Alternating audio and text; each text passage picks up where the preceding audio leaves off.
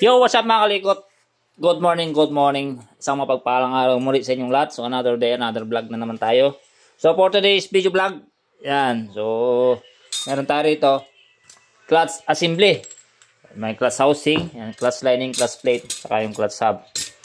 Yan. So, paano ba yung tamang pagkakabit, paglalagay ng clutch plate?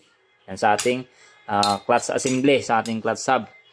So, maraming nagtatalo-talo, maraming nalilito, maraming naguguluhan kung ano ba yung tamang pagkakabit ng clutch plate. So, clutch lining kasi, yan, hindi to masyadong komplikado sa pagkakabit o pagbabaling.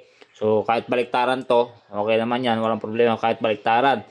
Yan. So, mapailalim to, mapaibabaw. So, ganoon yun sa clutch lining. So, sa clutch plate lang, medyo marami naguguluhan. No?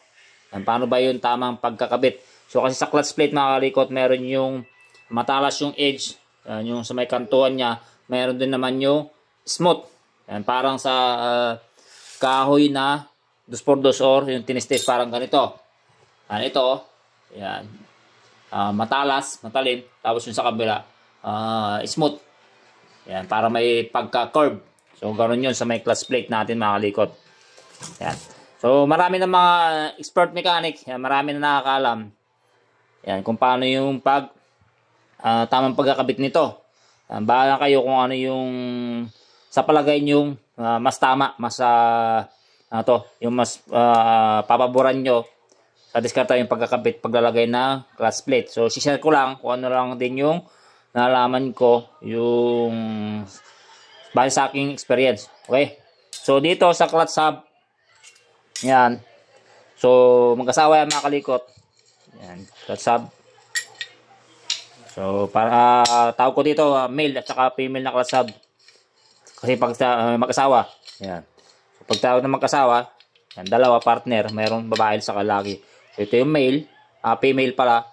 So, may butas, alam mo na. Tapos ito, yung male, yan, mayroong patusok. Yan. So, ito yung clutch hub. So, ito, dito nakalagay yung ating clutch lining. Yan. Tapos ito naman yung clutch housing natin or clutch basket na kung saan dito nakalagay yung ating clutch basket na kasama yung clutch lining. So paliwanag natin muna rito mga kalikot. Yan. So dito mga kalikot, ang gumagalaw dito is ito. Yan yung pinaka yung clutch yo. Yan. Ito yung gumagalaw. Tapos ito, steady lang ito mga kalikot. Ito yung nag-uurong sulong. Yan. Nag-uurong sulong para siya yung nagbibigay ng space. Yan, para mapag-iwa-hiwalay yung mga clutch lining. So, sana yung ito. So, dito yan. Dito, clutch spring. Tapos ito yung nilalagyan ng bearing, tapos sa toser. So, pag piga natin ng clutch lever, tutulak niya to sa magitan toser, sa may clutch arm, toser. Tutulak niya ito. Kasi ito nga itutulak niya. Tutulak niya pa ganyan. Yan, yung umuurong. Pag naitulak niya to, bibigyan niya ng mga space para maghiwalay yung ating clutch lining. Para pag umikot yung ating clutch housing, iiwan niya or hindi niya isasama sa pag-ikot yung ating clutch hub. So kasama yung clutch lining sa pag-ikot. So pag bitaw ng ating clutch, babalik na naman sa dating position yung ating clutch hub. Yan. Didikit na naman, i-compress na naman na ganon para may compress, may pagdikit-dikit niya yung ating clutch lining na kung saan kapag umikot yung ating housing, so kasama na yung clutch hub sa pag-ikot. Okay? So ito yung gumagalaw-galaw mga kalikot ha. Ito yung gumagalaw, nag-uurong sulong. Ito po, naka-steady lang to. So nakaganyan yan dito. Tapos mayroong spline washer yan, dito nakalagay. So, ang purpose pa nito, itong clutch washer, spline washer. So, dito yan. So, although may nakaumbok na dyan, so, pag nakapatong na ganyan, yan. So, yan. Para mayroon siyang space dito, sa pagitan dito, itong housing natin, dito sa may clutch hub, para malayang makapaggalaw-galaw ito, para makapag-urong-sulong ito. Okay? So, lagyan natin ng clutch lining muna. Clutch lining tsaka clutch plate. So mamaya natin paliwanag yan, yung tamang paglagay ng clutch plate. Okay? So ilagay lang muna natin yung lining tsaka clutch plate.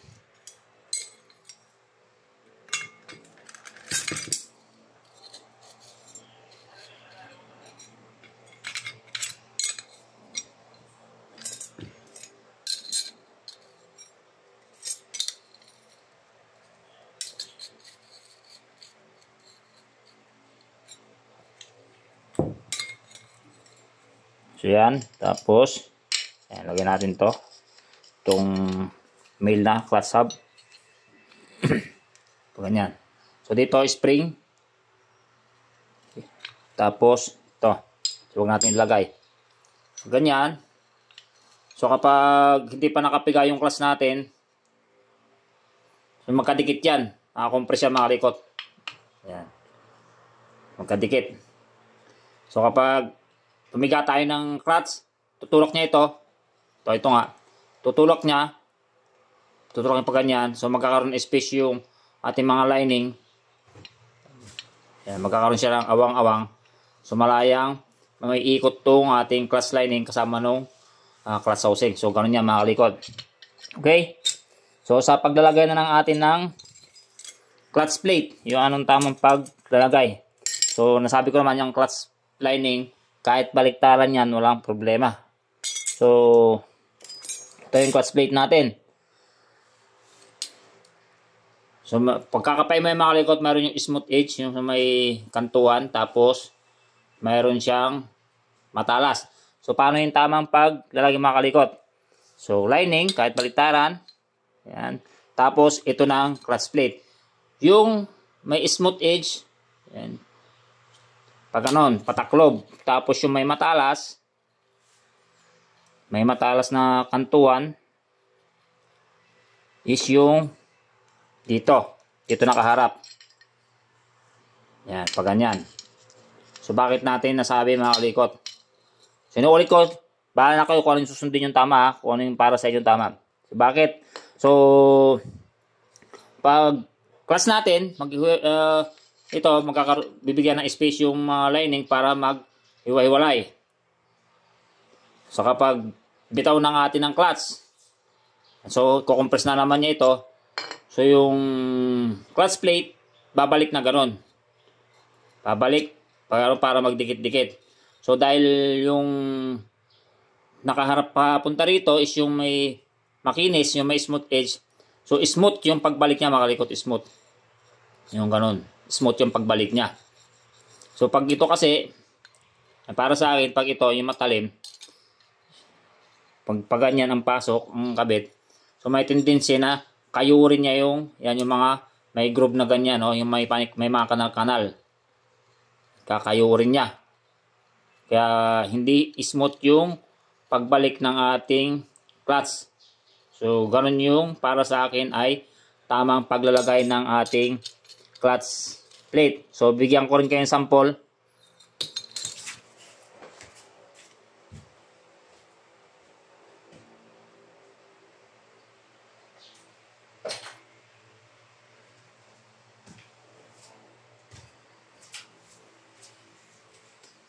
So bibigyan ko kayo ng sample mga kalikot. Parang ganito yan.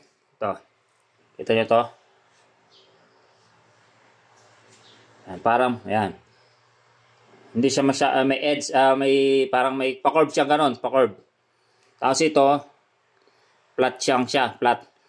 So, kapag ito, yung papasok natin dito sa butas, medyo mahirap siyang ipasok, di ba? Pero pag ito naman, yung may pa-curve, pag pasok natin, madali siyang pasok or smooth yung pagpasok niya sa butas. Unless dito, compare dito, medyo mahirap siyang ipasok na pag ganun. Dahil nga, yan, flat siya. Walang pagkakaiba dito yung mga kalikot sa ating clutch plate. So kapag ito yung matalim, na dito nakaharap,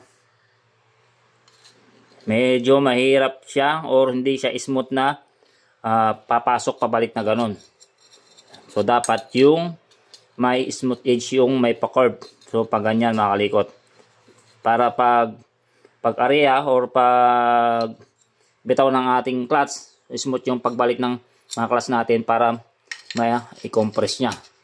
So para sa akin mga kalikot, ganoon yung tamang paglalagay, pagkakabit ng clutch plate. So yan, lining, clutch plate, tapos lining uli, then yung clutch plate, yung may smooth edge, pag ganon, tapos yung matalim sa ibabaw, next na naman lining, tapos plate, yan, alternate lang mga kalikot, tapos lining uli, plate uli, yan yung may smooth edge, pag ganyan, lining, tapos plate, tapos lining, yung ganon, 2, 4, 6, mayroon siyang 6 na lining, tsaka 5 clutch plate. So pag ganyan,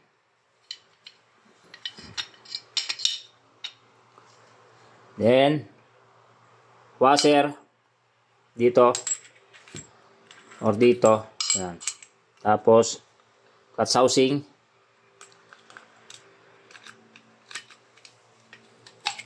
yan, then spring, clutch spring, 4 yan mga kalikot. So yan, mawala isa, pero 4 yan, then ito na. So yun lang mga kalikot, na-share natin para sa araw na ito. So yan, inuulit ko, yan. So marami ng mga expert mechanic na nagtuturo ng ganito sa tamang pagkakabit, paglalagay ng mga clutch lining, clutch plate. So nasa inyo na yun kung ano yung susundin nyo para sa inyo kung ano yung alam nyo tama, okay?